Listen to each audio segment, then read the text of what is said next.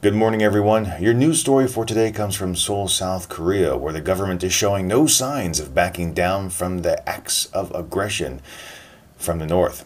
Ever since the start of the most recent joint war exercises between the United States and South Korea, the North Korean regime has increased its rhetoric. They stated that they would withdraw from the armistice and reignite war on the peninsula. They actually carried through with that threat and ceased all communications in the joint security area along the DMZ.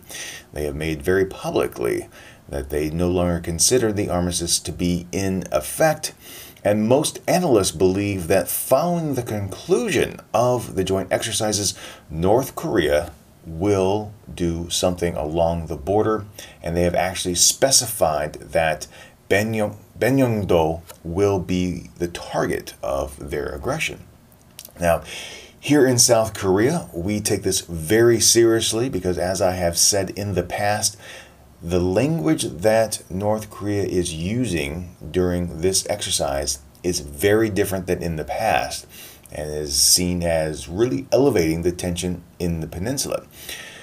Now, over the past couple of years, North Korea has carried out some attacks on South Korea, most notably the Chonin sinking and the Yangpyeong shelling. And in both those instances, many in South Korea feel the government's response has been quite lacking, that they should have been more forceful in the retaliation to North Korea. So Park Geun-hye and the administration have gone out and said, if North Korea attacks, they are going to respond very forcefully.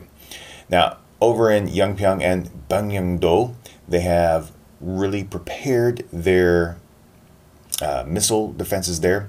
Their rocket-propelled projectiles are ready to go. So if that is indeed the location of an attack, the military in that area have been authorized to go ahead and unleash the weapons to retaliate in full force. And it's believed that there may be more weapons on the North Korean side to initiate the shelling, but the technology and the force and the power of the South Korean weapons far outmatches that. So if a conflict were to occur, it would probably be just massive on the side of the South Koreans and really cause a lot of damage in North Korea. And this is what has a lot of people worried, including myself, is that this situation could easily spiral out of control. We're not really sure how firmly a grip does Kim Jong-un have on the military.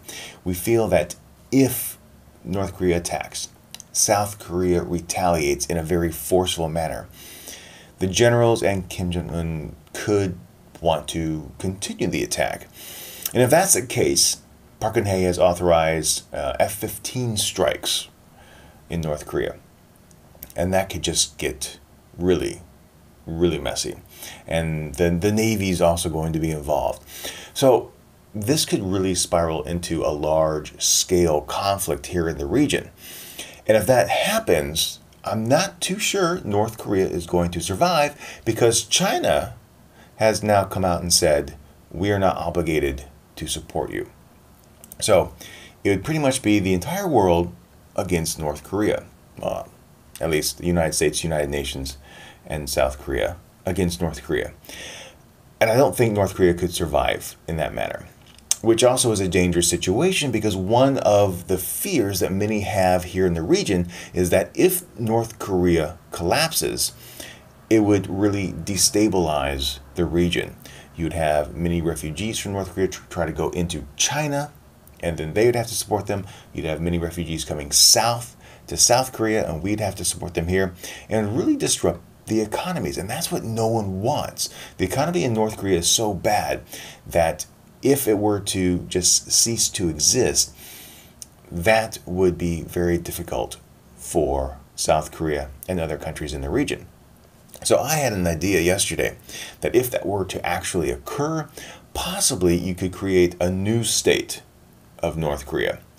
Because what I have heard from many of my friends here in South Korea is that while they do want the normalization of relations so that families can get together, they really don't want to unify the country yet because of the economic disparity. So if you could create a new North Korea with a new government, a new democracy, or even some other kind of government that all parties could agree to, and help them develop and get on economic parity with South Korea, that could actually work. And then you could have some kind of visa system installed where families could get together and there could be some work permits back and forth, maybe follow along the Kaesong example, the South Korean plant that's in North Korea. So that's the news for today. I really think that everyone needs to just chill out, relax, but really keep a good look on the situation. A lot of us here are really watching this very closely because, like I said, it has the potential to really spiral out of control. And I really hope that cooler heads prevail. But I do agree that if North Korea does initiate some kind of action along the border, South Korea needs to not withhold the response. They need to go forward and really send a powerful message that they mean business, because they have not done that in the past. Anyway, what are your thoughts? Put your comments down below. I will see you later.